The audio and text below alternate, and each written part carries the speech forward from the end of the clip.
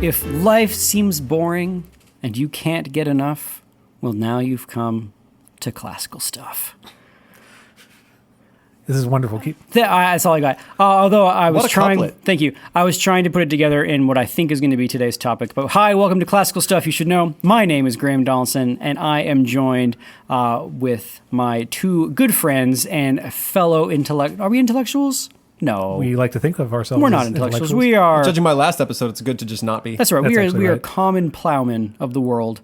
We accept that. are growing potatoes. I don't know. What? Thomas Fletcher Magby Hello. and AJ Hannenberg. That's me. But like intellectual potatoes? This is a metaphor, right? Yeah, we're good. farmers of the old world. We're just we're going and we're just pulling we're pulling tubers out of the ground, not grubs. Sounds like an awfully intellectual way to describe farming. Yeah. Like this is an extended metaphor. Yeah, it is.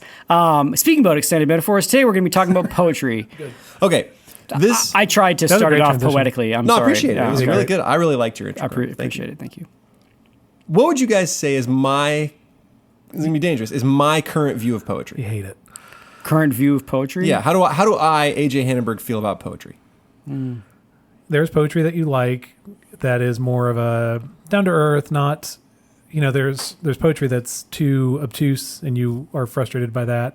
But there are beautiful ways to describe things that are understandable by people. You would appreciate that. Okay. Your current view of poetry, that poetry is a current that has driven you along. You've floated down the streams of poetry. I don't know. That poetry has the potential to be able to communicate complex ideas, but also emotions in small little packages that you appreciate. I don't know. Okay. Yeah. I'm still working out. So My there's no views of answer poetry. anyway. Oh. Good. Well, I mean, you guys are both kind of right. Okay. There is poetry So that point for frustrates both me of us? because of its obtuseness. But I answered Are we first, so playing 10 quiz points. game? Do I need to start keeping track? No, please. Okay. Yeah, I'm still kind of working it out. There are things, and I think in preparing for this episode, I have defined a few things because I do have strong feelings about poetry, both good and bad, and it's not just a disregard of the whole genre, although I have at times in my literary career thought poetry was a bit of a silly genre. Partially because of some readings I did of statesmen who said, thank heavens I didn't get into poetry because what a waste of time that would There have you go. been. That's funny. Marcus Aurelius, in fact, in his introduction to his sayings, says, thanks to this particular guy who steered me away from poetry because it would have wasted my life. So because of influences like that, I've had a... But Marcus Aurelius was like, not. You wouldn't invite him to a dinner party. He was like, Really? I don't know. He was like, He's full of good quips. Yeah, He's got seriously. quips. was he? He was all like, I don't know, suffer and don't complain about it. Yeah. Sounds like the right kind of guy. Yeah, I what's could wrong feed him with that? anything. Yeah. That's right. I'd give him those tubers I'm apparently pulling out of the ground, the grubs. Yeah, good. Anyway, Gross. so I have a healthy suspicion of poetry as a genre for a few reasons that I've voiced. One of them is ease of entry encourages a profusion of bad poetry. Anybody can write it, and because anyone can write it, there's a lot of garbage out there. Sure. You guys know this. Good old you, Instagram You have poetry. read, Instagram poetry. There's also No, it's all poetry, I think is the name of it. That again, this was 15 years ago, but that's where we would post all like in middle school. 20 years ago. How old am I? Anyway, yes, there are places you can go online to find bad teenage poetry, right? I posted on poetrycritical.com. There it is. That's That's a where I wonderful was. one. Yeah. And there are other places now. I'm sure you can find them. And I think the biggest one now is Instagram, where people can post all of their poetry. And we're actually going to talk about today what Instagram poetry? good and bad poetry are. That's a part of this. So this is AJ's guide to poetry Oh my in gosh. 4 parts. Dope. What? You guys excited? Really Super rolls excited. off the tongue. Yeah, let's do that. Yeah.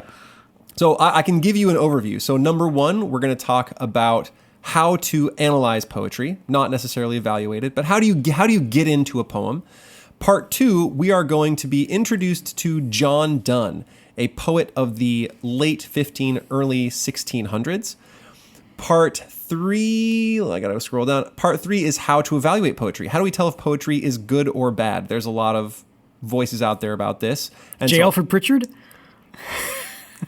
Good old J. Alfred. We're going to talk about that. Yeah. And then we're going to talk about 4, what is the overall value of poetry? Where I have landed on whether or not poetry is of value to us as literary Is people this a and as thinkers. 17-part series? This is these are epic. these are giant topics. They are huge topics. Yeah, seriously. And I don't know, you guys might just get bored right off the bat and not want to talk to me. And that's fine. We might get through all 4 parts today. It might take a little bit longer. I may have over prepared for an hour, boys, which is what might be happening. So this might be is more great. than Usually one part. you come in and you're like, I don't know if this is going to take an hour. Graham, you say that literally every time. AJ says it literally You every say it time. every You also say it every single time. My episode came at 48 minutes last week. So you were correct that it didn't go an hour. Yeah, exactly. Mine usually do because apparently we like to talk and you guys help me out. Okay, part number 1, evaluating poetry. How do you analyze poetry? What's the system you guys use? How do you do it? Do you guys have one? No. I know at school we use SOAPSIS. I don't love SOAPSIS, but we use SOAPSIS. All right, so what he's referring to is a method I learned in college and we still teach our high schoolers. SOAPSIS, SOAPSIS. Do you remember what those letters stand for? Gosh. Are you Googling it right now, Thomas? I'm 100%. watching you. Yeah. Speaker, occasion. What's the A? A. Audience. Audience. Purpose. Style. Just read it out, Mr. Google. You got 2 more? What are they? Style. Imagery. Say the next one. What's the last S? Sound. Sound. Oh, come on. Sound. It is sound. 0 points for Graham, Yeah. 5 points. What? Thomas. Wow, I love this game. Okay, Senior Google. You so have a we computer in front teach of you. this to our students, and I'm paying attention to AJ. do you love it? SOAPSIS? Yeah. It's a method. Can I? It Sorry. helps. Your first question was, how do you analyze poetry? What does that question mean? Like, This is how do you have a system for how to fully understand everything that's happening in a poem? no, like I read it. Like I don't. Again, I don't teach this stuff, so I almost don't understand the question. Like, yeah, why is analyzing the first, like when you approach a poem, shouldn't you just like read it and be like, well, that's interesting, or I'm going makes to no say sense to me. I'm actually going to say no. Okay. It shouldn't. I think we are. This is going to come up later, but I Okay. think we are obligated to do the work of the poem if it's a good poem. If it's a good one, right? And if it's not already readily understandable, Not which for- some are. I'm going to read both types today, or in my series or whatever it is, as we go through. But some poems do require a lot of extra thought and digging to get at it. There's one example, Especially John Donne. Right. especially John Donne. He is not easy to Yeah. grok. Depending, some of his poems Sure. are a lot more simple. And just right? so I He understand, wrote a ton. And you also do the SOAPSIS for all of your Instagram poetry that you read. Is that- Obviously. Okay. So Yeah, I go through the whole process and understand them all. Thanks. Here, yeah, some poetry is easy to understand after one reading. And some of my favorite poets are this way. Billy Collins, who is the Right. poet laureate of the U.S., most of his poems are really easy to grasp quickly, Yeah. right? He's not complicated. Yeah. Donald Hall is another one like this. They're both modern poets. I think both were poet laureate of the U.S. Donald Hall lost his wife, Jane Kenyon, who was a poet in her own right, to cancer. And his poetry collection during and after that period, called Without, is one of the most arresting collections of poetry I've ever read. You have to read it in series all at once. I did, and ended up stopping in the middle of my drive home to finish the poems. I had started reading them at work on a slow day, and then I finished reading them in my car and then cried for half an hour and then drove home. They are that good. Yeah. And they are easy to understand. They're not complicated. So, but there are some poems that do demand our work. And so how do you get into them? Well, that's one method, SOAPSIS. You talk about the speaker, the occasion, when was the poem written, who it's to, what is the point of the poem or the purpose, the style, which is a huge umbrella. There's a lot of things going on in style. And then imagery, which seems to me to fit under style, and then sound, which also seems to fit under style. It's not a perfect system. So in the one I looked up, it says that the analysis is it's SOAPs, and then in parentheses is the IS. So it's almost like it's a subset of. Sure. Okay. Yeah. And in a book I'm going to reference a couple times during this thing that I'm doing is Perrin's Guide to Literature, Structure, Sound, and Sense. They have a understanding and evaluating poetry box, which is just a series of 21 questions you can walk yourself through to understand a poem. Number 1, who's the speaker? What kind of person are they? Number 2, is there an identifiable audience? What can we know about them? Number 3, what's the occasion? 4, the setting. 5, the place.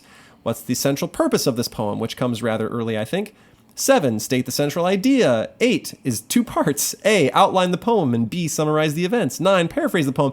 So there are, as you can see, a variety of ways to get into a poem. Sure. I actually Googled how to analyze poetry, and I got, I think, a WikiHow. I got one from Cliff Notes. I got the SOAPSIS method. I had one from Masterclass that was five things you can do to analyze a poem. I think one of the, Did Billy Collins, was that Billy Collins' masterclass? yeah, it was, which seems cool. I kind of want to take That's it. like the one masterclass I'd be willing to shell $90 out for. I actually bought Dead Mouse's masterclass. Oh, was it good? Worth it? Kinda. Oh, okay. Yeah. It was kind of encouraging because I was like, okay, he's not doing, there's no deep secret. Just kind of do it. Cool. Anyway, I think that if you have a basic grasp of literary devices, which means understanding, the rhythm of a poem, what an iambic foot is, what a poetic foot is, like the rhythm, how to do stresses and non-stresses, metaphor, diction, assonance, consonants. If you know basic literary terms, it's kind of easy to get into a poem. I think it's often much more helpful to read a poem and then start asking why. Why is it in this form? Why does he use unstressed, stress? So ba-da-da. Maybe it's the repetition of that might sound like a horse if it's a battle poem. Ba-da-da, ba-da-da, ba-da-da, right? Half a league onward. Yes, exactly. So maybe to sound like a horse. Why is there one word on a certain line? Why? If you just begin to start asking why, or ask, what exactly does this mean? I don't understand why this word is here. If a poet has done his job, then everything will be done for a reason. Right. And asking why a thing is the way it is will start letting you worm your way into the core of the apple, right? Maybe walking yourself through soapsis is fine, but man, I find that an awful sterile way to get into a poem. I think that was my point from before. In the same way that, like, if you're going to give me a list of 21 questions and say, read this poem and then answer these 21 questions, I'm never going to read a poem. You're talking about Math Man? Yeah, but that doesn't mean I want to, like, proofs are beautiful, but that in matrix algebra I'm learning is also beautiful, but that's not, like, at the point that you're writing more words about the poem than the poem is itself. I don't know, haven't you gone too far? I don't know. Aha, okay, I have a poem about that by Billy Collins. Wow. Well, it's like movie review videos that are longer than the actual film. Yeah. Yes, Totally agree. exactly. Yeah. Okay, so this is Introduction to Poetry by Billy Collins, who I've already mentioned. Do you know this poem, Graham? Is this about tying a poem to a chair? Yes, it is. Okay, so I'm going to read it. I ask them to take a poem and hold it up to the light like a color slide, or press an ear against its hive. I say drop a mouse into a poem and watch him probe his way out, or walk inside the poem's room and feel the walls for a light switch. I want them to water ski across the surface of a poem, waving at the author's name on the shore. But all they want to do is tie the poem to a chair with rope and torture a confession out of it. They begin beating it with a hose to find out what it really means.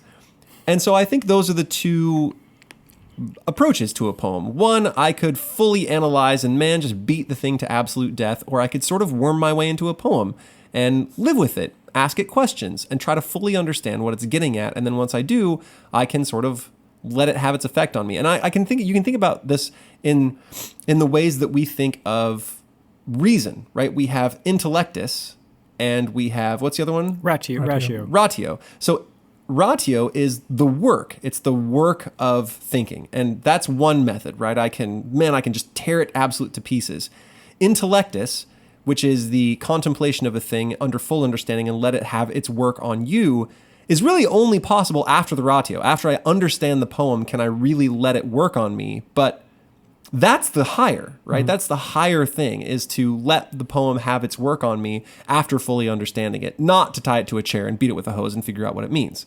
So that is how I like to analyze poetry, is read the poem and just begin asking why. Why did they choose this form? Why are they doing the things they are doing? And we can mention all of those literary terms. We can talk about metaphor, we can talk about simile, we can talk about vowel choice and rhyme and half rhyme and scheme and form and all that stuff. Yeah. Everything should be there for a reason. This is probably why also it is a good thing to have memorized poems. Yes. Because then they can bounce around in your brain and they can come up in moments when you wouldn't expect them to, but they help interpret the moment, or they sort of come up in. I was going to, even before this question of analysis, I'm wondering, again, when you are teaching poems, you're picking the few that are the best to present to a student. I almost wonder if the first step is memory, so that then you've had to spend time with it before you then cut it apart the way that you're talking about. Mm-hmm. Like when I was in grade school, we had to memorize Nothing Gold Can Stay. I don't even remember who wrote it. I think it was Frost. Nature's first green is gold, its hue is hard to hold, something. But the phrase is nothing gold can stay, meaning that, like, Robert Frost. eventually things kind of like, spring turns into fall eventually. Nothing gold can stay. Yeah. And that's been a little phrase that I always use kind of like funny or sarcastically when something happens, like, oh, you drop a glass on the ground, it shatters, like, oh, nothing gold can stay or whatever. There's just something about like a line of poetry that sort of stays in your mind or stays in your lexicon or whatever of existence that helps sort of orient. I don't know. I think that's an example of it being with you as opposed to you torturing a confession out of it. Yeah. There's a poem by Jack Gilbert. I don't remember the poem. I don't remember the title of it. I do remember one line, and I know I'm even butchering the line, but the notion was something like newness strutting around as if it were something. Right? Just because it is new does not mean it's good, and new likes to walk around like it's got everything going for it, but it doesn't mean anything. That one always comes back to me. Newness struts around as if it were something. A line that sticks with me. Right? So there you go. There's an example of a student living with a poem. Can I read it? Newness strutting around as if it were significant. There you go. That's a good line. Yeah. Man, I think about that all the time. Measuring the Tiger, I think is the name of the poem. There you go. Jack Gilbert, another good one, by the way. His poems go through generally about 300 revisions before they're done. He's a hard worker. And Jack Gilbert there's like a collected poems of Jack Gilbert, and I want to say it's like 400 pages. And that was my point from before of like, probably the worst way to learn the poems of Jack Gilbert is to read 400 of them in a row, right? Like there's something to AJ being the guide to say, this is the one to start with, memorize that, and then get used to it. Yeah. That said, I think that my students often get hung up on the first impression of a poem. Sure. I ask them to read it, and like mice, they get dropped in, but the mouse takes one loop around the center of the room, doesn't even touch the walls, and says, I got it. I've figured it all out. And I think that's dangerous too. I can't tell you how many times a student has read a poem and then said, this is depressing, when it is nothing of the sort. Or it's kind of an uplifting poem, and I'm like, actually, it's about the end of the world. And they haven't done the work of really understanding even the literal meaning, the denotation of the words. What is the poet saying? And I think that we are obligated for a really good poem to do the work, to figure out what he's trying to say. That was part one. Are you guys satisfied? Yeah. Part one, how to analyze poetry. Doing great. Okay. 17 minutes. So we might actually make it through all four. Unlikely. Part two. Introduction to John Donne, who is quickly becoming one of my favorite poets. So, John Donne, let me tell you about the guy. He was born in 1571 or 1572, we're not quite sure. He's born to a Catholic family that didn't attend Anglican services when doing that was illegal, right? You were not allowed to be Catholic in England at this time. It was almost treasonous. Right. He was the third of 6 kids. His dad, also named John Donne, was warden of the Ironmongers' Company in London. His dad died in 76 when he was either 4 or 5. His mom was well connected and now had responsibility for the kids, and she was the great niece of Thomas More, who we talked about, right? Thomas More? The Thomas More? I think it was the Thomas More. Cool. I think. How's his last name spelled? Moore. Well, this one's spelled More. Maybe different Thomas More. Maybe I'm thinking of Thomas. No, it's with 1 O. Oh, it's 1 O. Yeah. Thomas More. There you go. Yeah, great. So, hey, call back. A few months, a widow, she then married Dr. John Symonges, a wealthy widower. I'm sorry, one more time. Symonges? Yeah, Symonges? okay, cool. Symonges? Yeah. I might have just mistyped it. I was doing this rather quickly. A wealthy widower with his own kids. So Donne was privately educated. At 11, he started his studies at Hertford College, Oxford. After 3 years, he was admitted to Cambridge, where he studied for another 3 years. He wasn't allowed to get a degree, though, because he was Catholic, and he wouldn't take the oath of supremacy, which is basically saying the king is in charge of the church, and he wouldn't do it, and so he was not allowed to get that degree. He would later totally flip the script on this and become 100% Anglican and say that all Catholics should take this oath. So that wasn't long-lived. Right. In 1591, he was admitted to Thavies Inn Legal School, and in 92, he was admitted to Lincoln's Inn, which is one of the inns of court. This means it's like a professional association for lawyers or barristers. So he became a lawyer for a while. He, during this period, lost his brother, who had been arrested for harboring a Catholic priest, and was also arrested for not attending... Like just having him in the house? Yeah, attending Catholic service. You weren't supposed to be Catholic. So he got jailed, and in jail... He got bubonic plague and died. It was during this time that he actually began to question his Catholicism.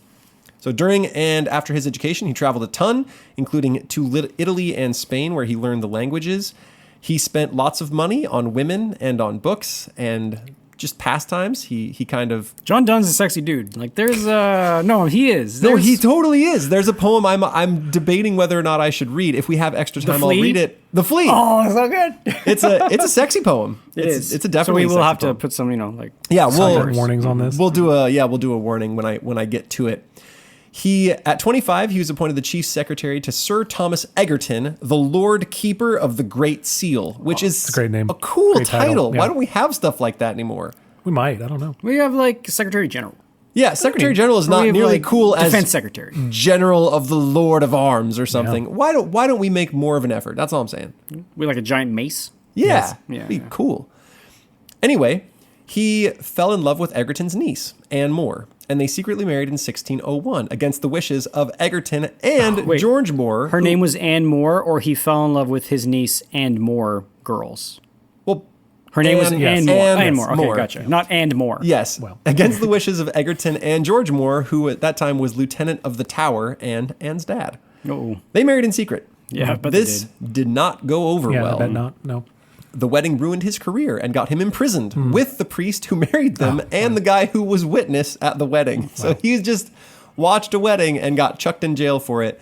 They were released shortly, though, because it turned out the wedding was valid. And so he got released and then got the other two released. And in 1609, several years later, he finally was reconciled with his father-in-law and got his wife's dowry. They moved a few times. He worked as a lawyer. man, that's an awkward Thanksgiving though. Can you Oh, imagine? it's so Yeah, awkward. seriously. Oof. And I mean, yeah, it didn't go over well. Lost his bet. job. At this point, he's trying to work as a lawyer and do some printing of pamphlets. I think at this point against Catholicism, Oh. and they didn't have much money. But his wife just started popping out kids just like crazy. Over, I think it was something like 16 years. She had 12 Wow. children. So you can take a man out of Catholicism, but you can't. So he had a lot of kids. Yes. 2 stillbirths. Many of them didn't pass the age of 10. Oh. Which is kind of a bummer. And he was always riddled with money problems. He could not pay for all his kids. And at one point, one of his children died. And at this point, he was so far in despair, he had been considering suicide. He said, that's one less mouth to feed, Aw. but I can't even pay for funeral expenses. He was in Rough. some trouble. He would actually write later a defense of suicide, which he didn't publish during his lifetime, but I began reading, and it's really interesting. Right? At that time, suicide was considered to be an absolutely unforgivable sin. And he said, you know what? I'm not sure that's true. I thought about it myself. Okay. John Donne's, yeah, he's an interesting dude. Seriously. He's, Got a I mean, lot- he's yeah. like someone who is so profoundly Christian and so profoundly like not. Yeah, it's just or so he's so profoundly Christian and so profoundly like earthy and swarthy and doubtful. He is. He didn't think he was... We'll get there. Yeah. We're almost to the end of his little thing. Anyway, his wife died 5 days after giving a stillbirth to their 12th child. And this is the poem he wrote when she died. Since she whom I have loved hath paid her last debt to nature, and to hers, and my good is dead, and her soul early into heaven ravished, wholly on heavenly things my mind is set. Here admiring her, my mind did wet to seek thee, God, so streams do show the head. But though I have found thee, and thou my thirst hast fed, a holy thirsty dropsy melts me yet. So he is the picture of the abdicating knight from your last He is. episode, Man, his rhyming is so good. where he's like, my wife is dead, but man, she made me seek you, but it's kind of a bummer because Yeah. I still miss her. Right. But why should I beg more love, when as thou dost woo my soul, for hers offering all thine? And dost not only fear lest I allow my love to saints and angels, things divine, but in thy tender jealousy dost doubt, lest the world, flesh, yea, devil put thee out. That's a heavy poem to write is when a your heavy wife poem. dies. In 1602, he was elected member of the parliament, which was not a paid position, and found a wealthy patron, the MP Sir Robert Drury, who gave his family a fancy apartment in a large house in Drury Lane. He wrote some anti-Catholic polemics in 1610 and 11. Okay. Eventually, King James was pleased with Donne's work and refused to reinstate him at court, but urged him to take holy orders. Oh. At length, Donne said okay, and in 1615 was ordained a priest of the Church of England. The following of the rest of his history is basically the story of a clergyman. He eventually became dean of St. Paul's Cathedral, which was a well-paid position. We have 160 of his sermons still. Some of them were delivered to kings, and he turned basically from poetry into more prose work.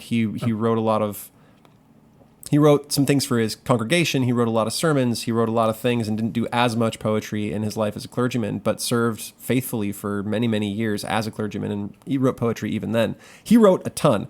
For this episode, I bought his complete works for $1 on Kindle. And it's, I think, over 900 pages long. It's a long, long book.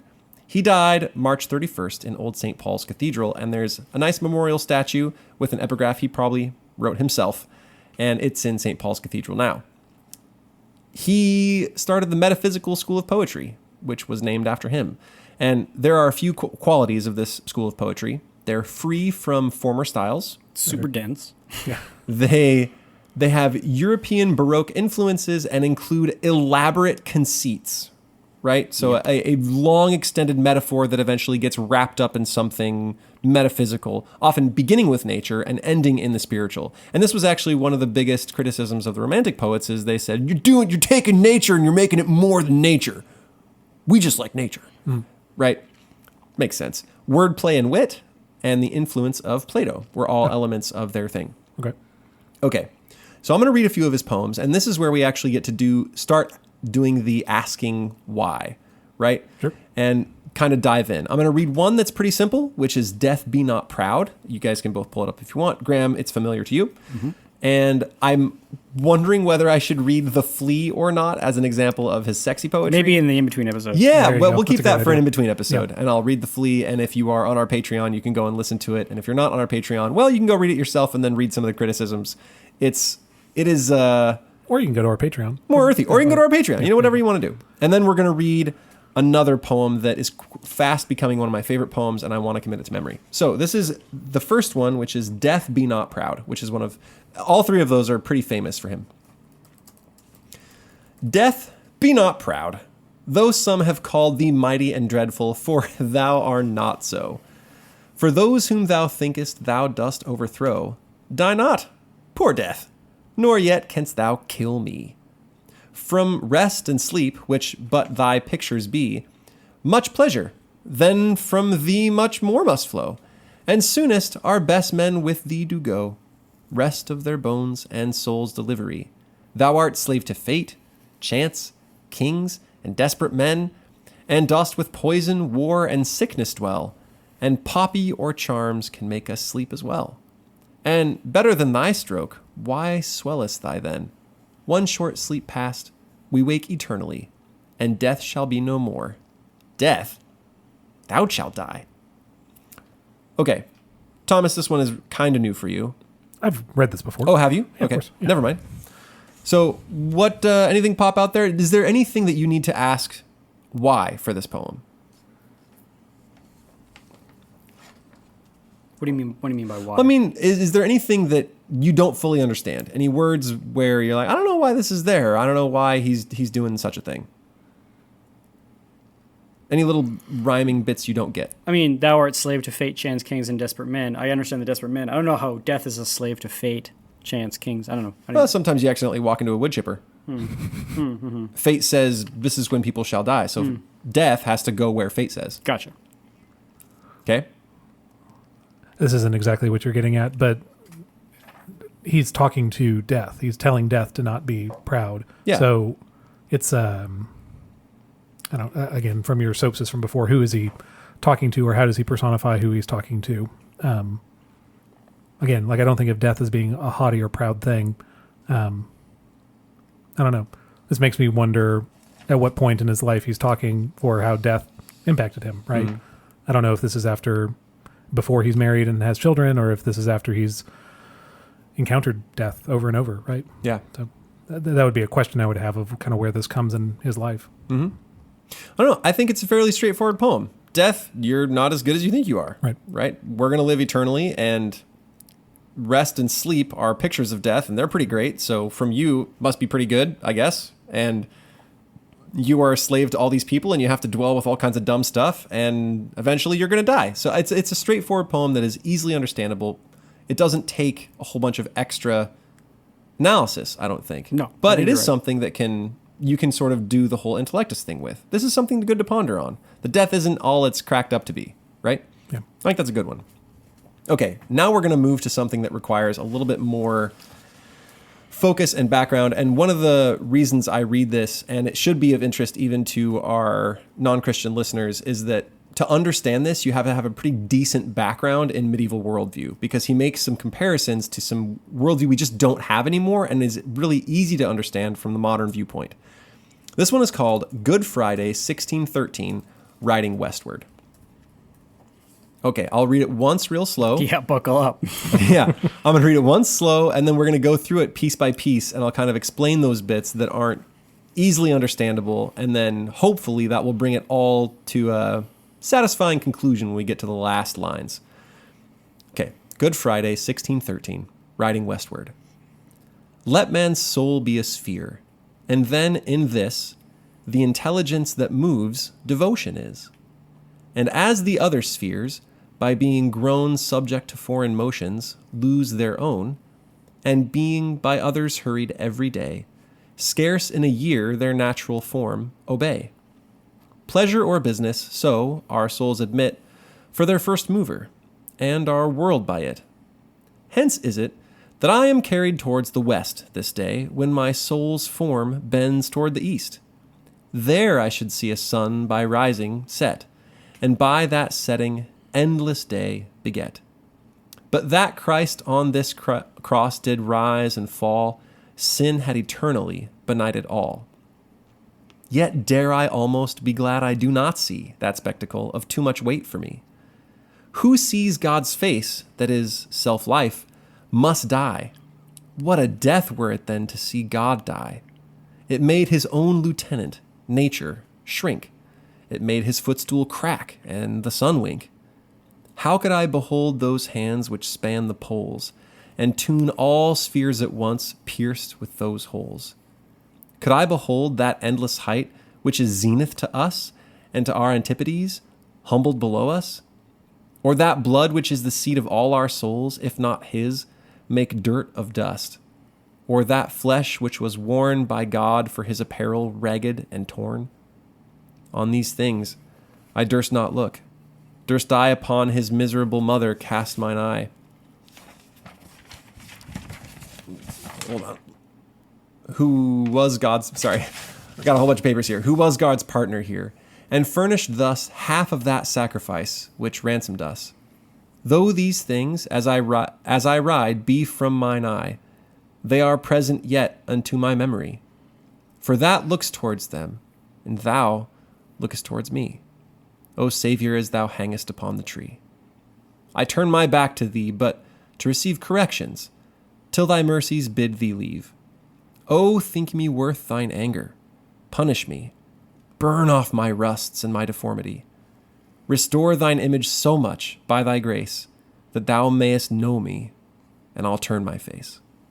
Okay, this is quickly becoming one of my favorite poems. We're going to go through it little bit by little bit. And this is one where you're kind of obligated to ask why in a few spots, because it is a complicated conceit that ends in sort of the big reveal at the end. It's like 2 or 3 conceits, yeah. Yeah, he's doing a lot here. Okay, so this first little bit, let man's soul be a sphere. Right here, he's not comparing it to a beach ball. This is where my kids first get lost, is they think he's, all right, so your soul's a ball. Well, not really. Back then, remember, they believed that the planets were set in giant crystalline spheres that whirled about the Earth because it was the geocentric model. So what he's doing is saying, let your soul be one of these giant crystalline balls that whirl around the Earth and that the planets are set into. And the intelligence, he references in the second line, so let man's soul be a sphere, and then in this, the intelligence that moves, devotion is. So for each sphere, there was an intelligence or some sort of spirit that basically ran the sphere, was in charge of its movement every day. It's like riding the motorcycle that powered the engine. Exactly. It's riding the pedals, and the whole big sphere turns because of this intelligence that's running it. And the way that medieval man understood that to work is that it was moved by devotion for God, right? So let man's soul be a sphere, and then in this, the intelligence that moves, devotion is. So the thing that moves your soul is devotion. Like a soul cycle class. Yeah, like a soul cycle, right? Quite literally, yes. Devotion is the thing that makes your soul go round, Yes. right? That's so where we are so far. My word. And as the other spheres, by being grown subject to foreign motions, lose their own.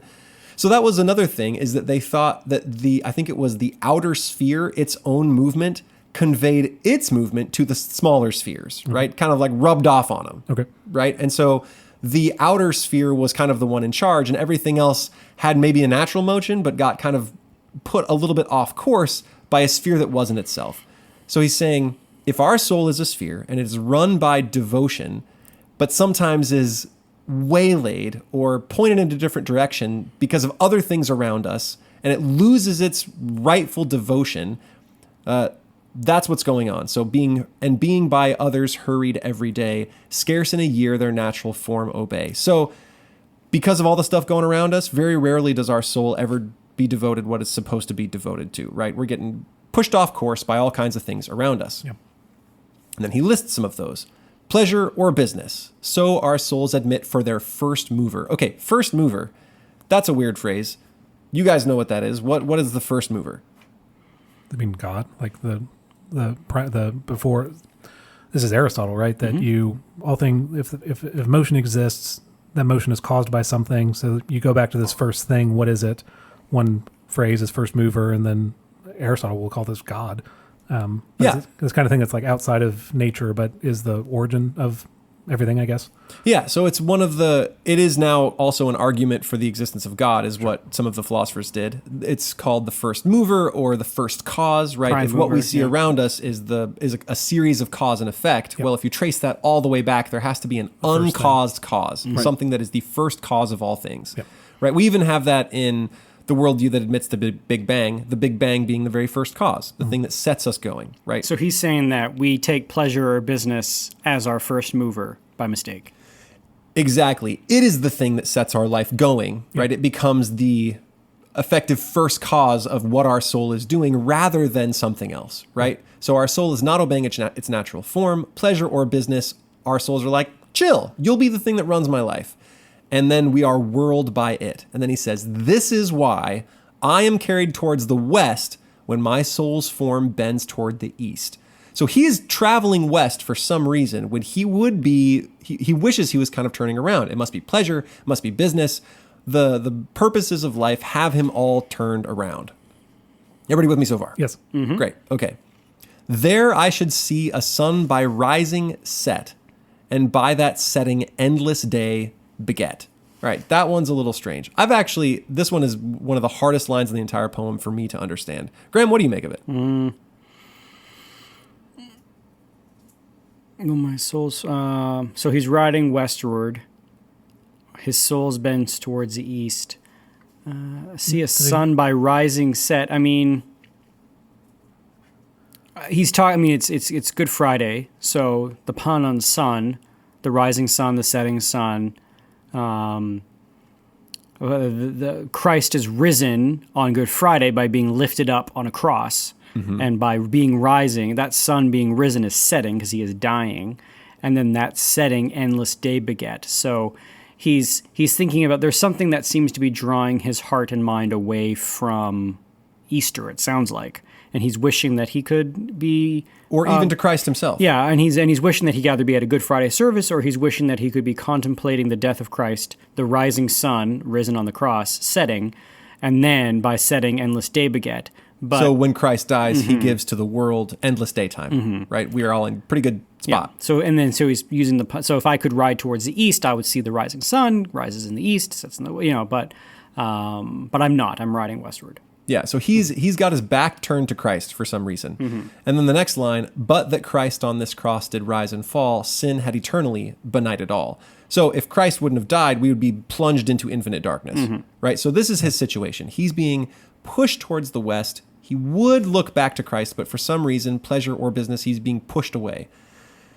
Okay, and then he's like, but man, I'm almost glad I'm not looking at it, right?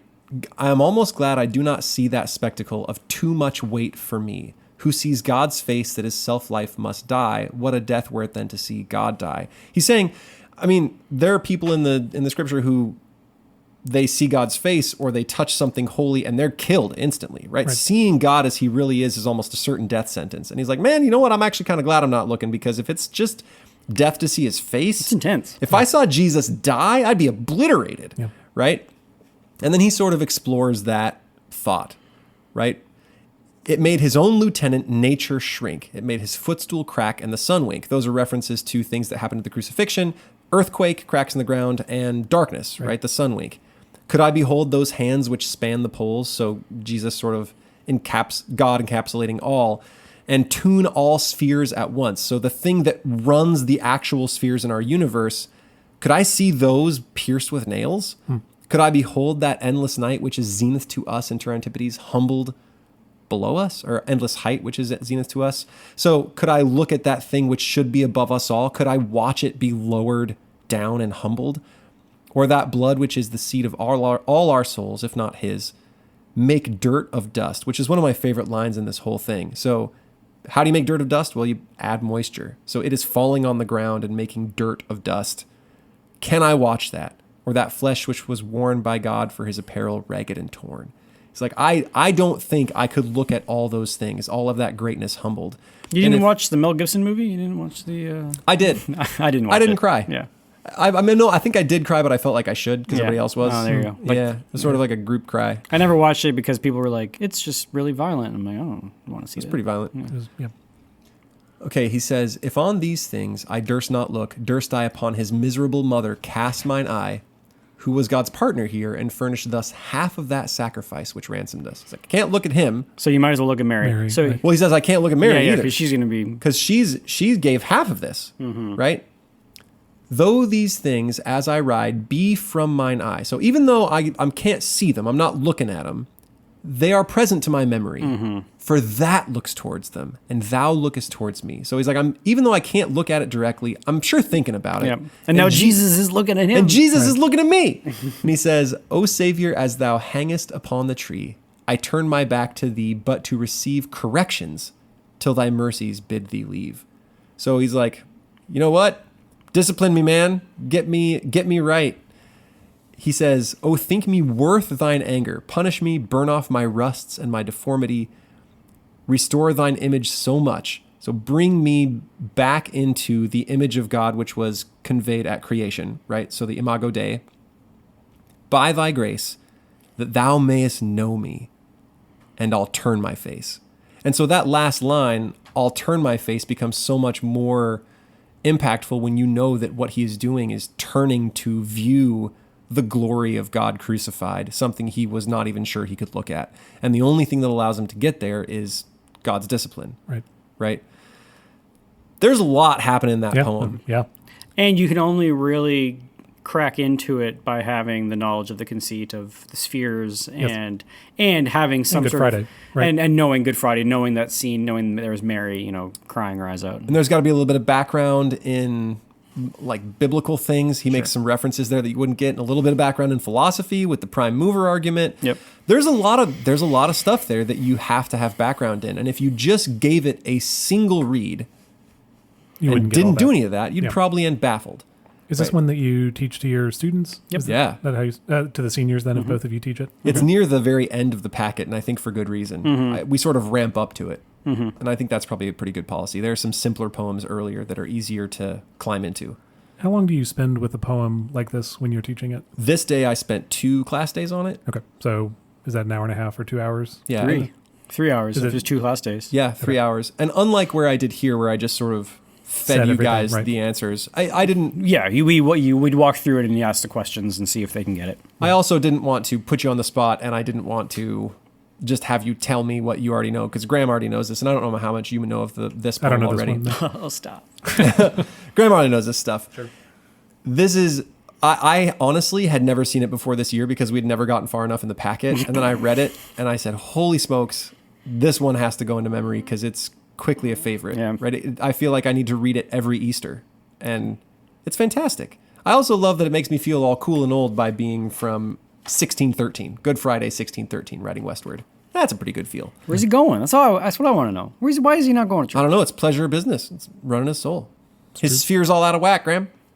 Go to church, buddy. It's Good Friday. It's good advice. Okay. And so now that you've had a taste of poetry, and maybe we didn't quite do the analysis of it to get there, I just sort of fed it to you, but that is an example of an excellent poem. There's a lot going on there. There's several conceits. There's there's a rhyme scheme, even though it may not have been super obvious as I read it. So how do we evaluate poetry? And these questions are given forward in, again, Perrin's Guide to Literature, Structure, Sound, and Sense. And when you're saying evaluate, you mean say whether it's good or not? Say whether it's good or not. Okay. So can you even evaluate poetry is something that Yeah, of course. people say. Often my students be like, "This is just your opinion." I'll be like, yes, it's a good one. Yeah. Right? I think if you are arguing from a worldview without values, you can't. It's just whatever you prefer. Whatever poetry you seem to like or you remember is good poetry and whatever. But that isn't the system that's given by... You like John Donne? I like Little Baby. Yeah, little baby. Just different. Or It's just different. It's XXX Tentacion. It's or just, yeah, whoever. exactly. It's just all in taste. Yeah. So Perrin's Guide to Literature gives the same general method for evaluation. Is this the y-axis and x-axis? Is Yeah. this So can you give me that? I can't remember I evaluation? can't remember the two axes, but it's basically like you are determining the volume of the poem. So what's on the y-axis? What's on the x-axis? It's the purpose of the poem and the artistry with which it is rendered. That's right. So the purpose of the poem, like what it's being written for. So something has a higher purpose or a lower purpose. Lower purpose is like, I don't know, you're talking about a bug or something. And a higher purpose is you're talking about the crucifixion. Okay. And then the artistry of which it was rendered. So a like bad Jesus crucifixion died and poem I would was be, sad would be exactly. like unartfully rendered, and then something like this would be gratefully artfully rendered. And so then you trace so if one is really high on the y-axis and really long on the x-axis or whatever, and then you connect the 2 points, and then the volume, if it's greater, it is a better poem That's than very the funny. cat sat on the mat. And in the great movie Dead Poets Society, Yeah. which I will say is inspiring, they tear this out. And it is This is the page that they tear out of the book in that movie, and then they stand at their desks and they're all romantic, and then Keating's fired. And the basic notion is that you can't evaluate poetry, right? It's something that comes from spirit from within, except you can't evaluate poetry because the purpose is to woo women. So it's how well it woos a woman. Okay. Yeah. And this poem is not wooing any women. no, it is not. It is not going to woo a lady. And No, John Donne woos some ladies. and if But I not in this know, poem. and if Not in I've this learned poem. anything from Mr. Darcy, it's that women are not wooed by poetry. If it is already strong, a good sonnet is, it encourages what was strong already, but if she doesn't like you, it'll starve it away completely. That's right. Right? So sending a poem to a woman is a bad gambit because either it's encouraging what was already there or it's just going to make her totally freak out and not be all for you. So any young men, if you're listening, poetry for women, generally a bad idea. Okay, good. Yeah. Okay. So here's their evaluation system. It's 3 things, and I quote: "In judging a poem, as in judging any work of art, we need to ask 3 basic questions. Number 1, what is its central purpose? Number 2, how fully has this purpose been accomplished? And number 3, how important is the purpose?" I feel like those 3 questions can be easily put into that volume thing, right? Which is, what is the purpose of the poem and how artfully is it rendered, right? How fully is it accomplished? And they go on to kind of describe understanding these questions and the how fully is this purpose accomplished. That involves the artistry, right? Are there any excess words? Is it the right word? Did they use the right form? Did they use the right irony and imagery and all of that stuff? And then they actually list 3 downfalls of poetry that kind of are alarms that it's bad. So number 1, sentimentality, which is an indulgence in emotion for its own sake or expression of more emotion than the occasion warrants. And I will read a little bit more of this one because it's funny. Sentimentalists are gushy, stirred to tears by trivial or inappropriate causes. They weep at all weddings and funerals. They are made ecstatic by manifestations of young love. They clip locks of hair, gild baby shoes, and talk baby talk. Sentimental literature is tear-jerking literature. It aims primarily at stimulating the emotions directly rather than at communicating experience truly and freshly. It depends on trite and well-tried formulas for exciting emotion. It revels in old oaken buckets, rocking chairs, mother love, and the pitter-patter of little feet. It oversimplifies. It is unfaithful to the full complexity of human experience. Why you gotta rag on Gilmore Girls? That's a great show. Sure. Okay, the next one is rhetorical poetry. It uses language more glittering and high-flown than the substance warrants. So, too much language. For example, the play within a play in A Midsummer Night's Dream. Ooh. Whereat with bloody blameful blade, he bravely broached his boiling bloody breast. It's perfect. It's too much. It's perfect. And lastly is didactic poetry, which is poetry that has primary purpose to teach or preach. And it's true that great poetry teaches in subtle ways, but it's without being expressly didactic. Right. And much expressly didactic poetry ranks high in poetic excellence, but when the didactic purpose supersedes the poetic purpose, that's when it becomes a problem. So, ways to tell. It is recognizable often by its lack of any specific situation, the flatness of diction, poverty of imagery and language, its emphasis on moral principles or platitudes, and its lack of poetic freshness. For example, early to bed and early to rise makes a man healthy, wealthy, and wise. Thank you. All right, so those are... Yeah, shots fired. Yeah, 3 ways to evaluate, or the 2 questions to evaluate poetry. Poor Benny. What's the purpose and how artfully is it rendered, right? Which I actually think is a good way to think about things. That's fine. And then 3 downfalls. So if we are evaluating John Donne's poem, right, the second one, how artfully is it rendered, I would say it's incredible. It's a fantastic poem, and the purpose is to turn one's heart towards the divine, which is, again, a fantastic purpose. I would rank that high among greatness of poetry. What is it? Death, thou art not great, or whatever it was, is, I think, lesser. I would say that the purpose is not as high, and the artistry with which it's rendered isn't quite as good as his writing Westward poem. So I would rank it a little bit lower. I would rank both of those higher than the following poem. Is it one of your old poems? Yeah, it's one that we wrote for... Oh, the Instagram account? Yeah, for a fake poetry Instagram account we put together. And here is the poem. This is one that I wrote so that I don't have to criticize anybody else. It's intentionally bad. Here it goes. My heart is like a bird that cannot sing, but it is still colorful and will sing when it is ready. Okay, what makes this a bad poem? Nothing. It's perfect. It can't sing.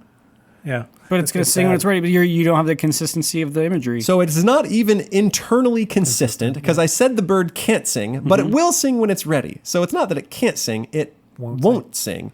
So I used the wrong word there. It's also pretty tried and trite imagery. What would you say about the purpose of the poem? Is it a great purpose? It's like, I'll talk when I want to. I don't know. So first, the purpose is kind of unclear. Yeah. What'd you say? Or it's you couching yourself in your own, like, grouchiness. Morose timidity, kind of. Yeah. It's overly sentimental, I would say. Sure. Right? It's also just bad. It's a bad poem, right? That's not good. That is qualitatively worse than the poem we read. Okay. Sure. So, what was my poem that I wrote that got rejected for being on your bad poetry? Too good. It was too clever. You write poetry that's too clever. I do still love the one that you sent us that is still one of my favorites. Here, it's this one. When I saw the email said attachment, I thought it referred to us. That's good.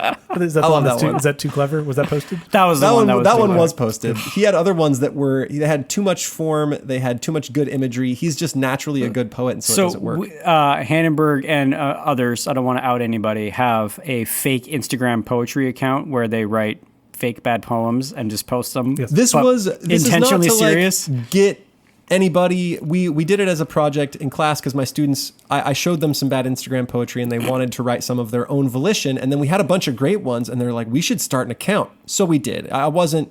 Right, yeah, we're not making fun of it. Yeah. But now there is a Instagram account that purports to be real, but is actually fake with poetry that's bad, but it's pretending to be good. Wow. And have we looped anybody? Are there any followers who think it's like, this is amazing? Yes, we have many actual poetry accounts linked, and I feel really guilty about it. No, this is. For example, another poem on this is: sometimes I cannot tell if it's raining or I'm crying. Then I reach out my hand, and nothing is there. Oh, that's great. I don't know what you're talking about. Oh, it's so good. This is perfect. So that's And with all lowercase letters, right? okay. naturally. What do you guys think about that system for evaluating poetry? Is it a good system? I'm Is it a on bad board. system? Yep. Does it kind of murder poetry for you? It No. doesn't murder poetry. It does mean that, like, if you are writing an occasion, so like if Thomas is going to write a poem for Sarah's birthday, his wife's birthday, are we going to say that it, like, clearly, and this, I think Thomas would agree, that's not the same occasion as Good Friday, How dare the you. death of God. Yeah, sure. But it's still, does that mean that poem is never going to be greater than a poem that contemplates Good Friday? Yes. Yeah. probably. I'm And fine. is that cool? I'm fine saying yes. Kind of in the same vein, you mentioned some poets you like, Billy Collins and Jack. What was his name? Anyway, Jack Gilbert. Gilbert. Well, kind of the conceit of their poetry is that they're smaller events. It's they'll have like poems about their kitchen table or just like small moments. In the same vein, would you say that is?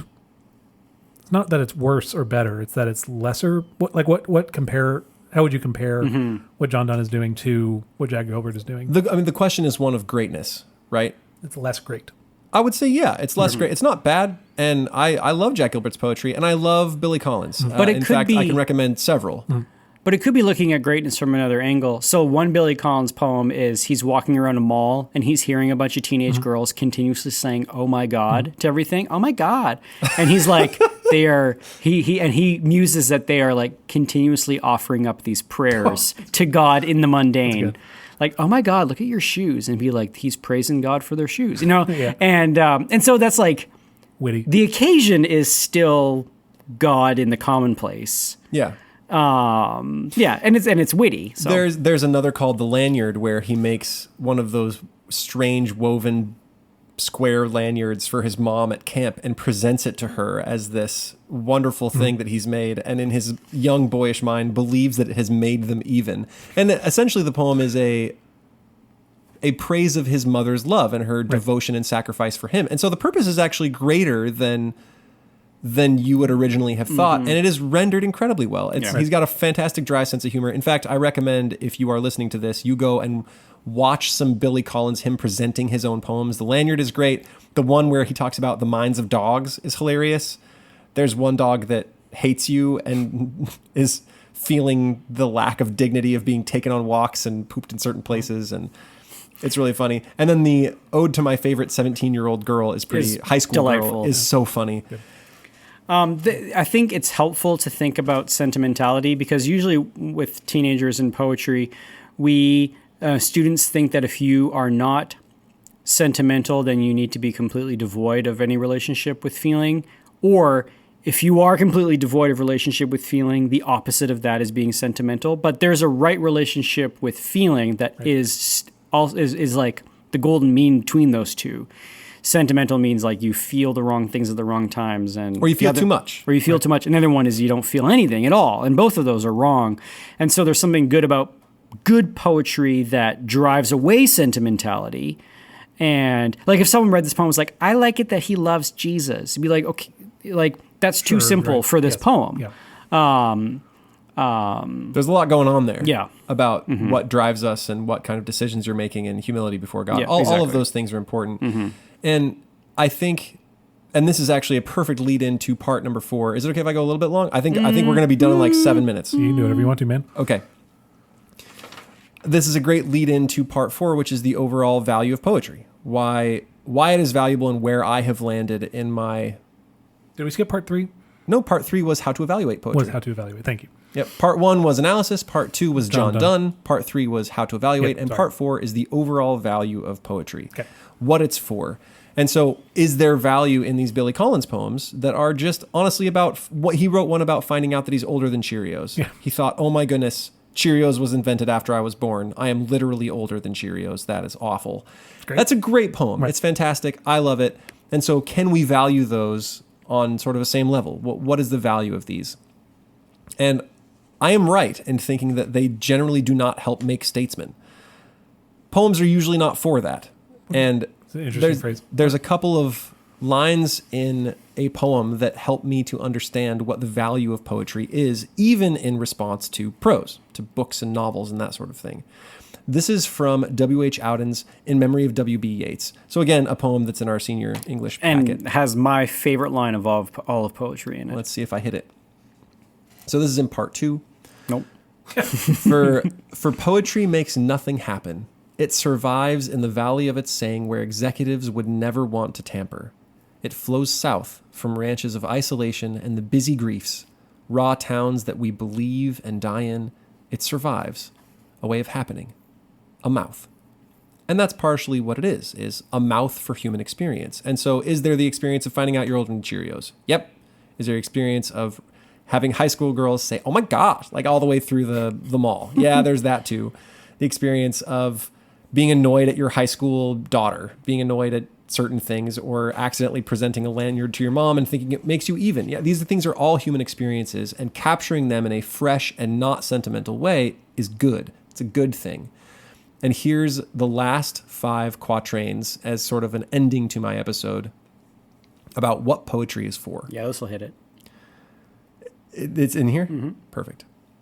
In the nightmare of the dark, all the dogs of Europe bark, and the living nations wait, each sequestered in its hate.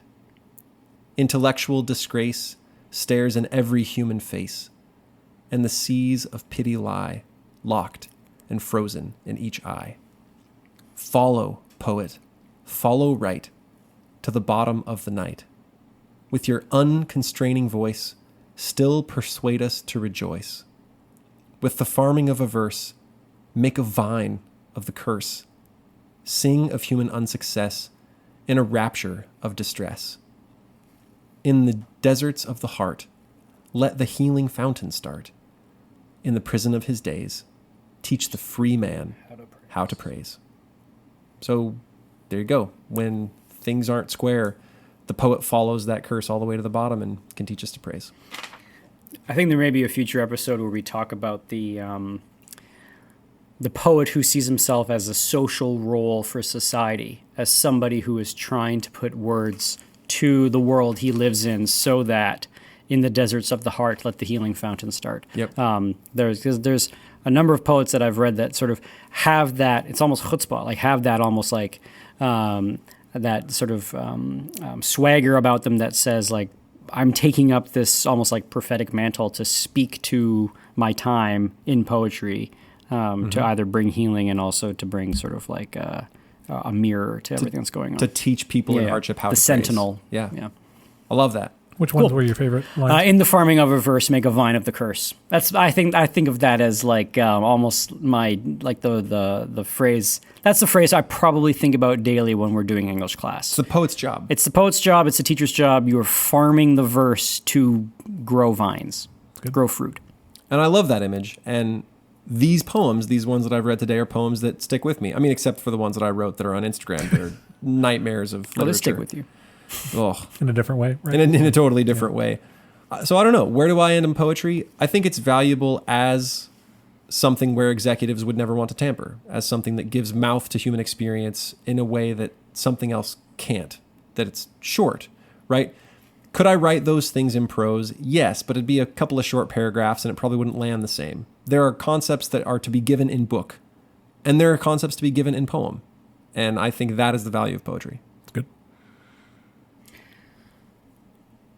If our words have been too rough, you have been listening to classical stuff.